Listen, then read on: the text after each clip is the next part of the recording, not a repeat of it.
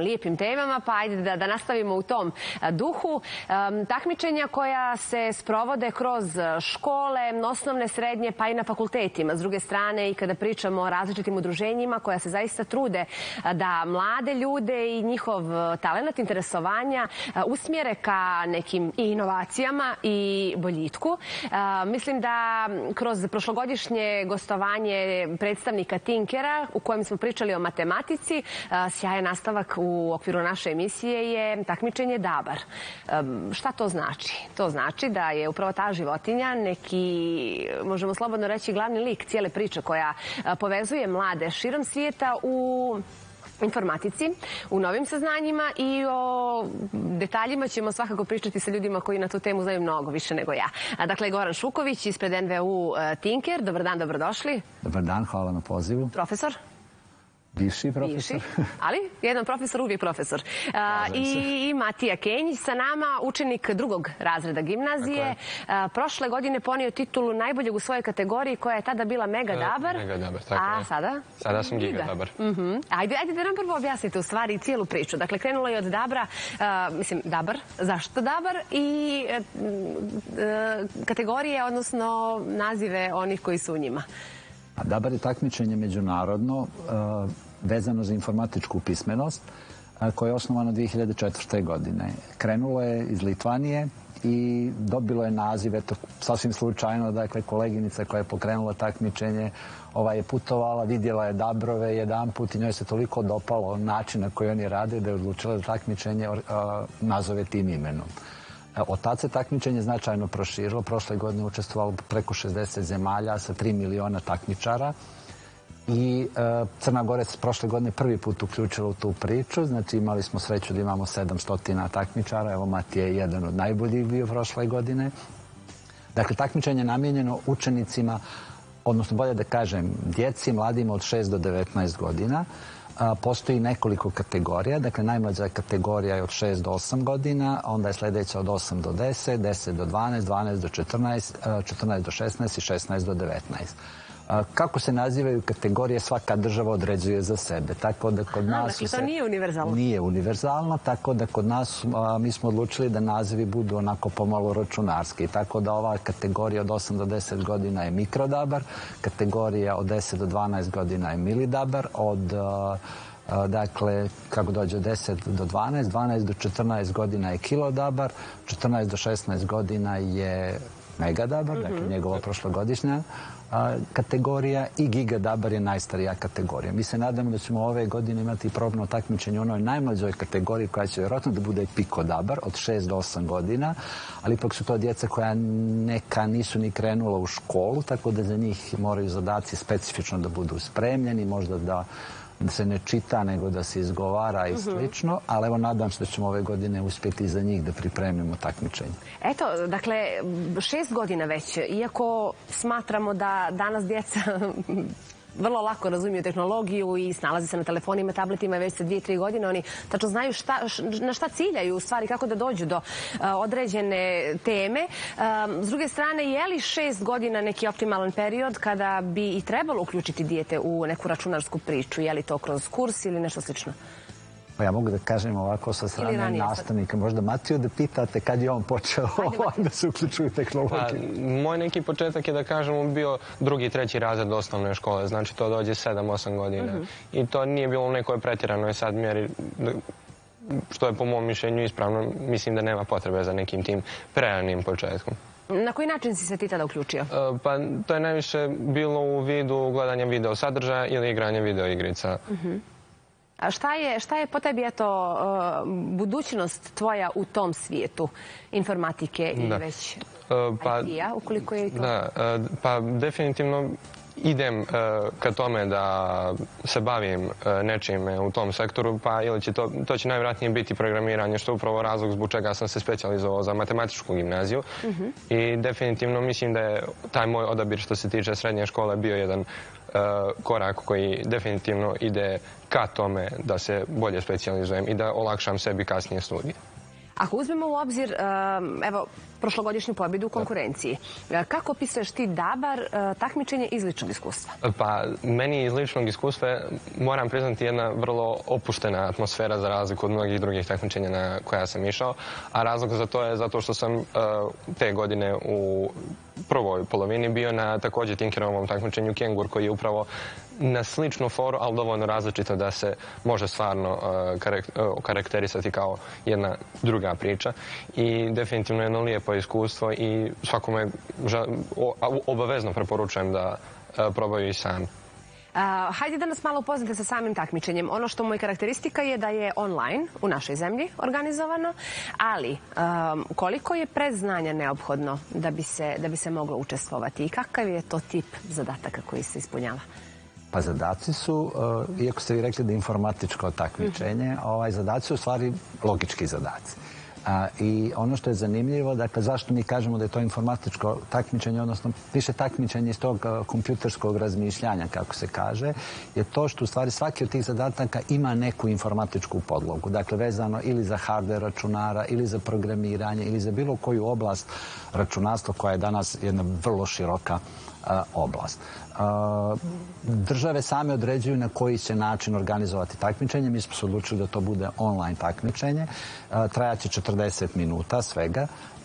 Ima 12 zadataka na koji učenici trebaju da odgovore u tih 40 minuta redosledom kojim god žele.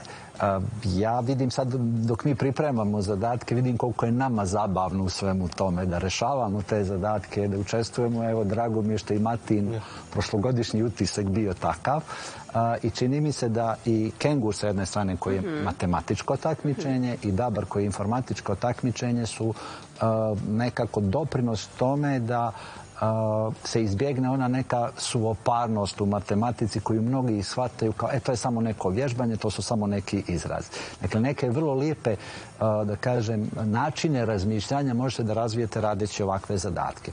Nije potrebno nikakvo posebno predznanje. Dakle, generalno mi smo kategorije napravili u tom smislu, znači da se oslanjamo na neke stvari koje su, recimo, djeca učile iz drugih predmeta. Prosto tipa ne možemo djeci da kažemo nešto, da, na primjer, koji su kontinenti ili da upotrijebimo zadatak sa kontinentima ako oni, recimo, nemaju uzrast bar 9 godina ili više. Tako da negdje samo kreiranje tih zadataka je proces, znači, u kome baš se vodi računa o svemu tome, s tim što uvijek postoje neke razlike od države do države. Dakle, to je ono, znači, da li dijete kreće u školu sa 6 godina ili sa 7 godina. Znači, to je, recimo, razlog, nastavni program, kakav je, nešto što se kod nas uči, na primjer, u 7. razredu osnovne škole, u nekim drugim državama se uči ranije, ali opet je to individualno posle na organizacijama u svakoj državi kako da izaberu odgovarajuće zadatke. Sad, o tome smo razgovarali danas. Dakle, svaka država koja je učesnik, jel tako, ima mogućnost da sama predloži zadatke. Zadovoljni ste da su svi predloženi zadaci u stvari prošli, tako? Šta to govori u stvari? Pa mi smo se prošle... To znači za vas? Mi smo se prošle godine uključili u sve to. Kao, ajde da kažem, grupa volontera. Dakle, moje koleginice iz Tinkera i kolege su, znači, uložile nevjerovatan napor da se Crna Gora uključi uopšte u taj koncept. Znači, prvo što odradili sa Kengurom, pa evo sada i sa Dabrom. Znači, nama je bila nevjerovatna čast što smo imali priliku da pošaljemo naše zadatke tamo. Onda još veće zadovoljstvo posle toga kad smo vidjeli da su naši zadaci ušli u taj odabir i da, znači, bilo koja zemlja, država svijeta može da koristi te zadatke za takmičenje.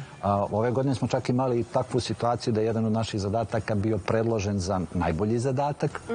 Tako da, samo smo dobili krila za sljedeću godinu. Evo, vidjet ćemo ove godine kad Matija i njegovi drugari, mlađi i stari, budu radili zadatke, koliko smo bili uspješni u svemu tome. Matija, eto, baš bih voljela da prokomentarišemo malo koncept zadataka postavljenih, koliko se podudara sa onim što je tebi svakodnevica u školi. Često možemo da čujemo i od predstavnika prosvjetnih radnika, s druge strane i od djece, da nekako fali logike, fali korišćenja logike, fali tih metoda koje će da podstaknu u stvari djecu na tu vrstu razmišljanja. Je li to iz svog iskustva? Pa dijelim mišljenje sa vama.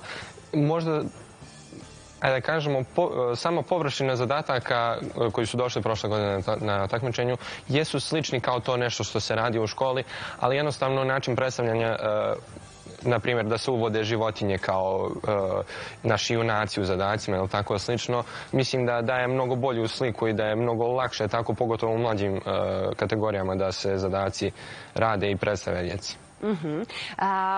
Je li bilo teško prošle godine? Prošle godine meni lično nije bilo teško. Kako izgleda u stvari to? Dakle, gdje se ti nalaziš pošto je online? Radiš iz kuće? Pa prošle godine je bilo, ja ne znam je li bilo da se radi iz kuće, ali ja sam lično... A što nam bi objasniti? Da, nije. Ali ja sam lično radio sa PMF-a. Bile, ja mislim svaki grada, ili većina gradova barem ima više lokacija koje mogu da se izaberu. Podgorica naravno kao najveći grad u Crnoj Gori. Vjerovatno zbog kontrole mentora, ali tako? Upravo tako. Bilo logično da je iz poznatog prostora. Tako je. I ja sam prošle godine radio zadatke na PMF-u u jednoj od njihovih prostorija sa računarima. I za koliko vremena? Pa ja sam zvanično predao zadatke za... Prošle godine je 30 minuta, čini mi se, trajalo. Duže je bilo. Duže, 40. Ja sam predao možda tek 5 minuta pred kraja vremenskog roka, ali ja lično sam većinu zadataka završio za 20 minuta i ostalo su mi zapravo ta dva koji su me najviše kopkali i na njih sam izgubio na kraju isto vremena koliko na ovih preostalih 10. A jesu li bili tačni rezultati? Na kraju... Ta dva zadatka. Ta dva zadatka su na kraju bili tačni. Svaka čast. Isplatio se uloženi trud. Kako izgleda takmičenje, stvarno? Pa takmičenje, dakle, ja bih prvo objasnio kakav je proces prijave djece. Dakle, mi smo završili proces prijave... To se završilo 20. je li tako? Mentora. Prijava mentora se završila i mi trenutno do jučer smo stvari imali prijavljeno 14 gradova i 15 gradova i 44 lokacije. Evo dok sam dolazio ovamo ka vama stigle su poruke da su još 3 grada se u međuvremenu prijavili, iako smo mi zvanično zatvorili prijave. Tako da, dakle, mentori su u suštini ili nastavnici i učitelji u školama koji će da budu odgovorni za organizaciju takmičenja ili neke firme, nevladine organizacije koje su zainteresovane da u svojim prostorijama omoguće takmičenje djeci koja to neće moći da rade u školi. Sad, dakle, do četvrtka je prijavljivanje učenika. Dakle, na sajtu dabar.me učenici imaju prijavnu formu koju trebaju da ispune i jedna od stavki tamo je gdje će da rade. Dakle, ako u tom spisku nađu svoju školu, znači oni samo trebaju da kliknu u svoju školu i da se jave mentoru, pored svake lokacije stoji ko je mentor. I onda, znači, u školi će im mentor reći kada da dođu na takmičenje, jer ipak, znači, odvija se normalno uz redovnu nastavu, tako da treba obezbijediti računarsku salu, znači, u skladu sa nastavom. A ako nema škole učenika, onda on može da izabere neku lokaciju koju god hoće, koja je u njegovom gradu ili možda u drugom gradu, ako im tako odgovara. I tamo su ponuđene tačno vremenski termini kad mogu da dođu. Dakle, tu su, znači, imamo raznorazne kompanije, računarske kompanije, nevladine organizacije, banke i tako dalje, gdje će oni moći da rade. Dakle, samo trebaju da se prijave ranije, trebaju da unesu jedan mail koji će da im služi kao šifra na licu, odnosno kao korisničko ime. Kad dođu na lice mjesta dobit će šifru, prijave se, rade 40 minuta, posle 40 minuta sistem ih isključi i to je to. Dakle, imate tu i onaj primjer zadataka. Imamo, da, evo, ja sam otvorila mikro uzrast. Savršeno. To je 3. i 4. razred osnovne škole. E sad, evo prilike, možemo i svi zajedno da pogledamo u stvari neki od zadataka, ali mi se čini da je ovo sjajna u stvari opcija za one koji se lome, da li da se prijave na takmičenje, je li da steknu uvid u stvari... Ja mislim da je nekako, dakle, kad neko kaže takmičenje, kod nas je nekako uvriježeno ono mišljenje da treba da se priprema, pa treba neka ekstra nastava i tako dalje. Ovo je takmičenje za svakog.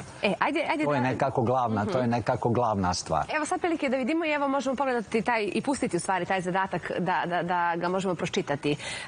Tim Crveni Dabar igra fudbalsku utakmicu protiv tima Šumski Dabar. Strijelci su bili 1. minut Ana, 10. Darko, 35. Boris, 47. Sead, 73. minut Bojana, 89. minut Ranko. Utakmica je bila veoma uzbudljiva jer nijedan tim nije dao 2 gola za redom. Koji je rezultat utakmice bio? 6-0, 5-1, 4-2, 3-3. Dobro. Savršeno za razmišljanje. Koliko vremena imamo za odgovor? Imate 12 takvih zadataka za 40 minuta. Neki su zadaci stvarno takvi, znači kad ih pročitate odmah možete da odgovorite na njih. Neki zadaci, kako je Matija to lijepo na svojoj koži prošle godine osjetio, zahtijevaju baš poprilično da razmislite. Znači, negdje nama instrukcija bila, koji smo učestvovali u sastavljanju zadataka, bila da, znači, zadatak treba da bude takav da može da se pročita za najduže 3 minuta i da se rešava najduže 6 ili 7 minuta.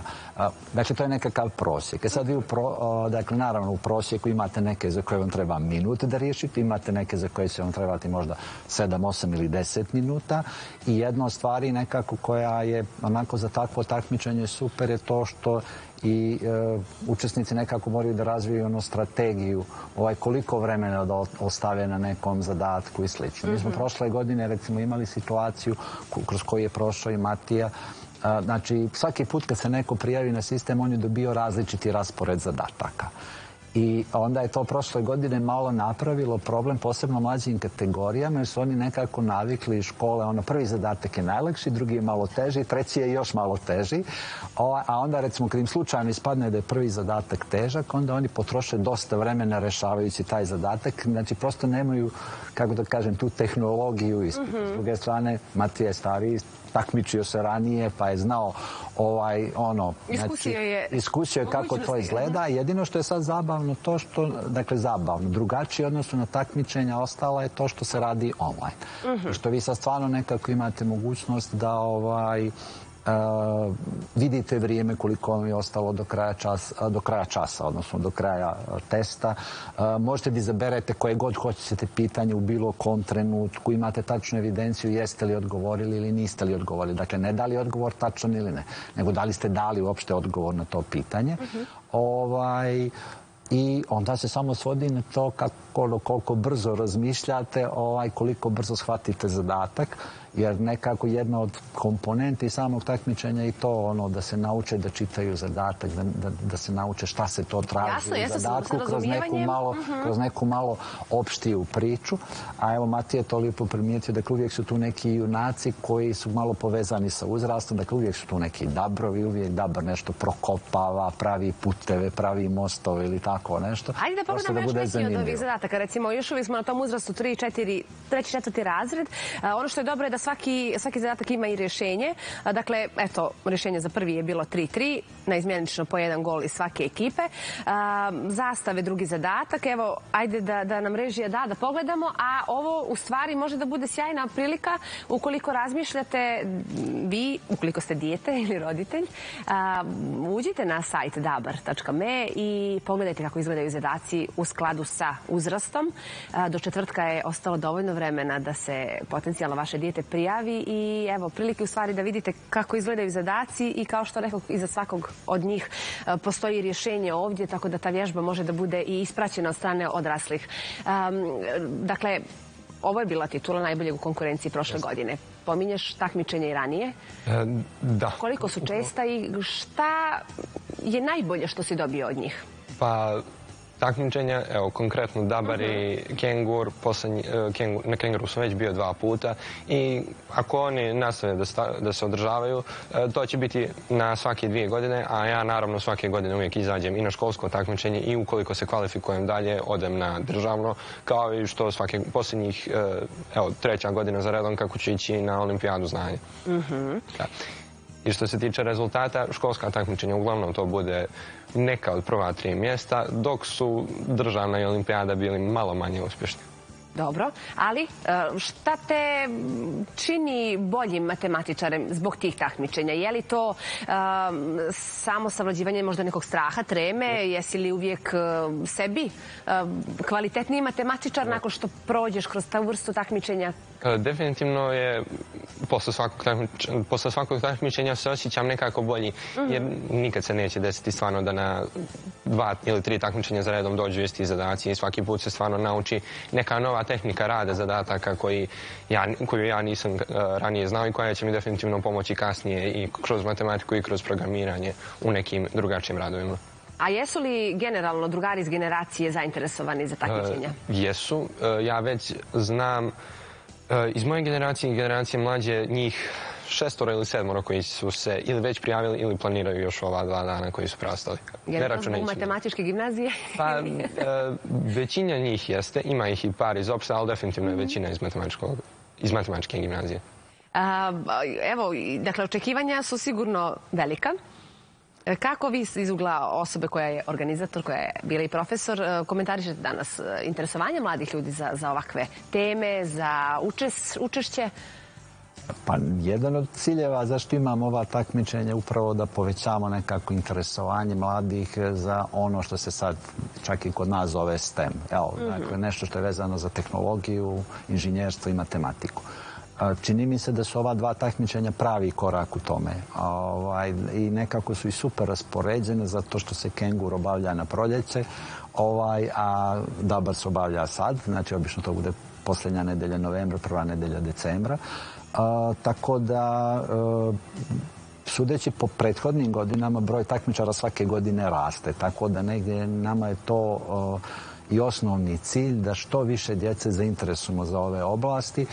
Potpuno je nevažno kuda će oni sutra da krenu negdje, prosto da vide šta znači tehnologija, posebno znači već ovaj uzrast kao što je Matija i stariji, kad već oni kreću da razmišljaju i o fakultetu. Znači njima su onda i nekako i sama objašnjenja, rešenja zadataka takva da ih povedu ka tome, dakle dobiju neke članke naučne na osnovu kojih je napravljen zadatak. Tako da čini mi se da to malo produbljuje interesovanje. Ja bih samo dodao još jednu stvar za sve one koji su zainteresovani. U četvrtak poslije podne bit će online radionica, također postoji na sajtu dabar.me. Znači bilo koji učenik koji želi da odsluša radionicu, da vidi kakvi su zadaci, kakvi tipovi zadataka, kako izgleda sistem na koji treba da se prijave, znači mogu da samo dođu na sajt dabar.me, kliknu na odgovarajući link, dakle od 17 do 18:30 je 5., 6., 7. i 8. razred osnovne škole, ne izvinjam se, 7., 8., 9. i 1. razred srednje škole, a 3., 4., 5. i 6. razred su od 18:30 do 20 sati. Već smo prošle nedelje imali radionicu, bilo je, ja mislim, negdje oko 160-170 djece. Posebno je bilo zanimljivo s ovom mlađom grupom jer su oni svi u glas pokušavali da odgovore na pitanje i onda je to bilo strašno zanimljivo slušati i još bolje od svega od njihova obrazloženja. Zašto oni misle da je to rešenje ili zašto nije rešenje. Eto, uvijek se otvore, dakle, i mogućnost razgovora i razmjene mišljenja. Kako se boduju testovi? Dakle, svaki zadatak u zavisnosti od težine nosi različiti broj bodova. Dakle, opet svaka država određuje kakav će sistem bodovanja da bude. Mi ove godine, neke države čak imaju i onaj koncept kažnjavanja. Ako pogrešno odgovorite, gubite dio bodova. A mi ove godine nećemo kažnjavati još uvijek. Tek možda, znači, kad se ustalimo nekoliko godina, onda ćemo da možda promijenimo sistem bodovanja. Dakle, najlakši zadaci nose najmanje bodova, najteži nose naravno najviše bodova i ove godine će biti po našem sudu poređani od najslabijeg, odnosno najlakšeg ka najtežem. Obično se mi tu prevarimo. Ono što je nama lako, djeci ponekad bude teško, ono što nama izgleda teško, njima bude super lako, ali to je iskustvo za sljedeću godinu. Da, evo, privodimo kraju i još za kraj. Jeste li zadovoljni saradnjom sa školama, recimo? Koliko nastavnici sami imaju informaciju o ovom takmičenju?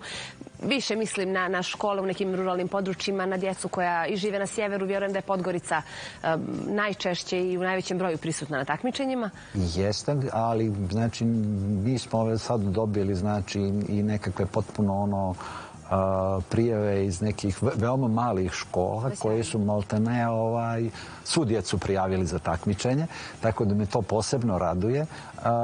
Negdje i sve ovo nekako nama je cilj da dopremo do nastavnika. Ja stvarno želim da se zahvalim onim nastavnicima koji su prošle godine prijavili djecu i koji su ove godine prijavili djecu, jer svi mi radimo kao volonteri. Znači, ovo je čisto naša dobra volja i na tome sam im posebno zahvalan. Jer Čini mi se da nekako to stvarno treba da ide najviše kroz škole, a da mi koji smo u kompanijama i nevladinim organizacijama, stvari samo tu trebamo da budemo ispomoć, a da su škole u stvari glavno mjesto kroz koje trebaju takmičenja da se odvijaju. Ajde da se nadamo da je više ljudi čulo za ovu priču ovog poslijepodneva i da do četvrtka ćemo doprinijeti na neki način da veći broj djece se uključi u priču. Hvala vam na gostovanju. Držimo palčeve